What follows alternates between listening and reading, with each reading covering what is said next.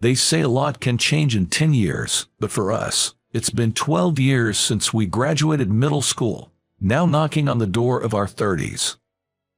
Taking this milestone, a reunion for our 8th grade class was organized. I'd received invitations every few years before, but this was my first time attending one. My name is Michael. After graduating middle school, I immediately started working and chose the path of a chef. Because of this, I lost touch with most of my classmates who went on to high school. Meeting classmates after more than a decade, it was only natural that everyone had grown up, and there were those whose faces or names I couldn't recall, those whose faces were familiar but names escaped me, and those I recognized instantly. My middle school days weren't exactly filled with just good memories. Yet seeing everyone now, nostalgia permeated every moment. About 15 minutes past the scheduled start of the reunion, most attendees had arrived, and everyone, drink in hand, was engaged in conversation, waiting for the opening remarks from the organizer, who had been a class representative, Susan. I was alone, observing all of this from the side. "Your kid's in elementary school now, so you finally bought a condo. I got an informal promotion to section chief. Thanks for being there at my dad's funeral." I couldn't say I got promoted to department head. He was so happy about being section chief. I could hear my classmates' conversations. Joy and sorrow, jealousy and envy. Is sharing those experiences what being former classmates is all about, I wonder? The only one not here yet is Mia. "Shall we start?" I heard the voice of Susan, who had been a motherly figure and class representative, and now the organizer of this reunion. I quickly turned on the speaker and handed the microphone to Susan. Then, I ran to close the open entrance door. Despite the restaurant staff being perfectly in place, I couldn't help but bustle around. Even the staff seemed apologetic. It wasn't about being tight-fisted, but my bad habit of doing everything myself was kicking in. It was when I bent over to close the entrance door. I saw, on the other side, the legs of a woman wearing crimson high heels. I involuntarily looked up and found a woman, clad in an expensive-looking dress and wearing model-like makeup, looking down at me. Are you, by any chance, poor?" It was a remark let slip by Susan about the one participant who hadn't arrived yet that evening. It was Mia. Staring intently at my face, she said, "So, what are you doing there, still as broke as ever?" As I stood there flabbergasted, she snorted with laughter and went inside. The words Mia showered on me about being poor were passed along like a game of telephone by the classmates who heard them nearby. During this, Mia proceeded further inside, her face tight. Then, out of nowhere, a man's voice rang out. "Don't be late, poor person number one." At that voice, Mia's feet stopped dead in their tracks. What's this poor person number one? It was the first time I'd heard it, but it seemed to be about Mia. Who was that? The organizer, Susan, immediately yelled into the microphone. The venue fell into a hushed silence. A faint whistling noise came from the speakers. Susan's hand was shaking, causing the microphone she was holding to rub against her collar. Susan was furious. So furious that her hands were shaking. Mia, her face even more tense, continued to move deeper into the venue step by step. Susan regained her composure and made a very socially courteous greeting. For hosting this reunion, we talked Michael into letting us reserve his restaurant that he owns. Susan gestured for the attendees to applaud, and a round of applause broke out. I responded with a slight nod. When I looked up, Mia was in my line of sight. She seemed to have never dreamed that I would own a restaurant and was staring at me with wide eyes in surprise. Since it was my own middle school reunion, I planned to just be one of the guests that day and not worry about work. But it's my restaurant. I found myself peeking into the kitchen, unable to settle down. In the midst of all this, I was summoned by the organizer, Susan.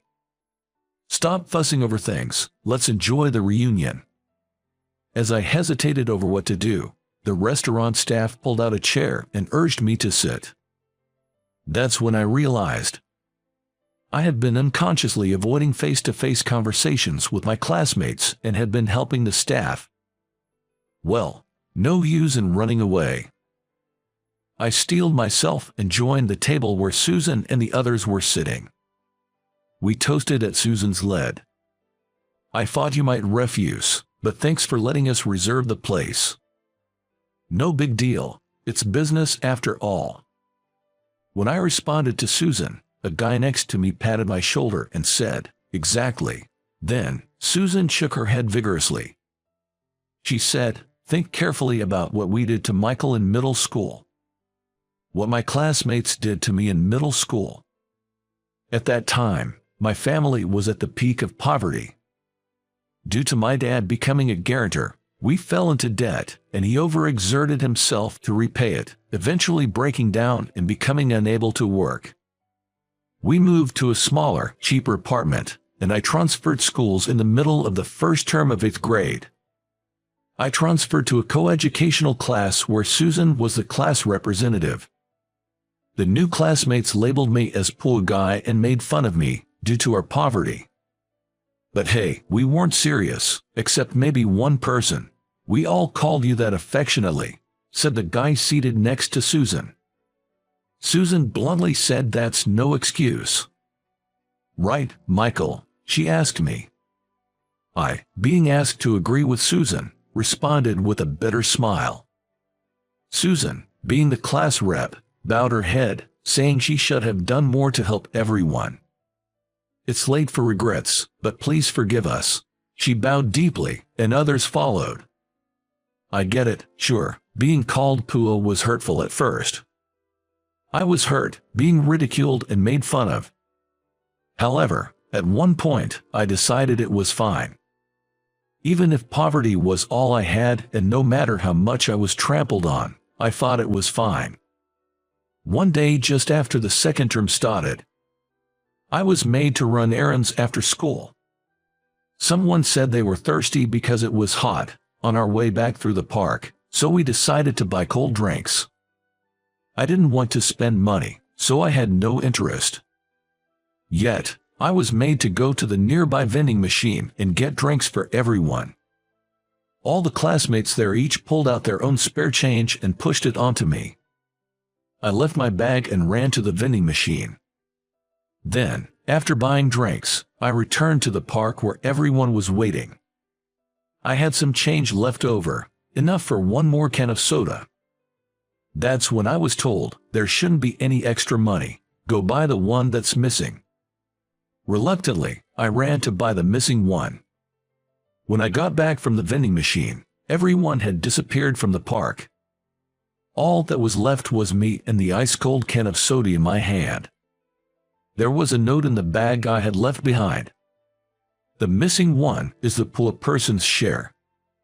I was more thirsty from running, so I drank it all in one breath. We, sitting around the table, were immersed in solemn reminiscences. Well, even if we reconcile with Michael, there's another person we need to apologize to. Susan glanced at Mia, who was at a distant table. Poor person number one, huh, but she was calling Michael poor earlier too. So, you were the one who said that to Mia. Susan made a fist-pumping gesture. The fact that we made Mia say such a thing, it's our fault at the root, isn't it? I had no idea, but until I transferred, Mia was apparently called the poor one. In 8th grade, her parents had failed in business. So that's what they meant by number one of the poor people. I had always thought that Mia was the one leading, mocking me. But according to Susan, to avoid being the target of mockery in the class, Mia apparently made me the scapegoat. So, she was both the perpetrator and the victim regarding being called poor. Susan felt responsible and had been in touch with Mia. Susan started to talk about Mia. After middle school, Mia worked at a call center while attending night high school, saving her tuition fee. She got a scholarship at a prestigious university and graduated with top grades.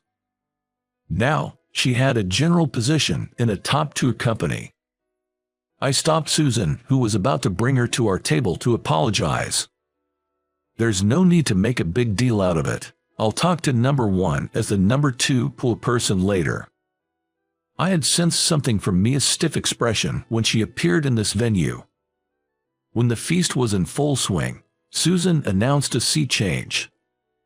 That's when I moved to the table where Mia was sitting. I pulled out the chair next to her and asked if I might sit. She gently lifted her hips and nodded. I mean, earlier, it was nostalgic. The pool won. When I said this, she seemed even more apologetic. I'm sorry. You probably think I'm a horrible woman, don't you, addressing you like that? You remembered my name. She quietly nodded in response. I heard about it, from Susan and the others. When I said this, I could tell she tensed up. I'm pool person number 2, and you're pool person number 1. As she was about to passionately object, I stopped her with a hand. Let's drop that topic. You've had your share of hardships since middle school, haven't you? She crinkled her nose, giving a shy laugh. The tense expression she had when she first appeared was completely gone. She was probably nervous and on guard about meeting old classmates who knew her when she was poor. That's why she was probably showing off. But now, looking at her up close, her face seemed kind, without a hint of harshness, enveloping everyone around her. Afterwards, we shared stories of our struggles since middle school and about being poor. But this is such a nice restaurant. Thinking about it, I did well. I want to praise myself. Yes, you deserve praise. She muttered, reaching across the table and picking up my restaurant's original paper coaster from beneath her wine glass with slender fingers. The coaster had an illustration of a 3-leaf plant and the word oxalis written on it. She read the printed characters on the coaster aloud. Oxalis. Oxalis, right. It's wood sorrel, isn't it? You know your stuff. That's correct. It's a perennial herb of the genus Oxalis in the wood sorrel family. Why did you choose wood sorrel? I told her it's because a fairy tale-like story about wood sorrel that I was told as a child has stayed with me. What's the story? Just as I started to explain to her, an announcement from Susan about starting the bingo game resonated through the venue. Bingo cards were distributed, and the venue started to buzz. Susan explained the rules over the microphone. I was watching the situation for a while.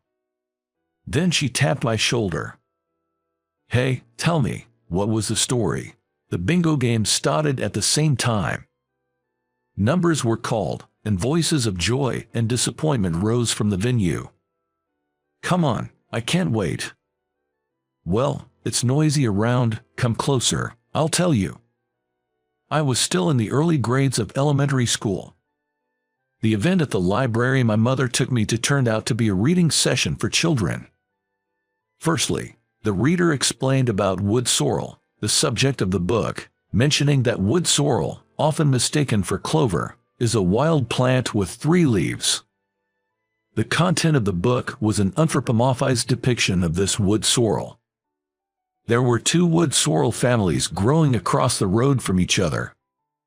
The family on the left was living in a place with excellent sunlight and good drainage, leading a comfortable life.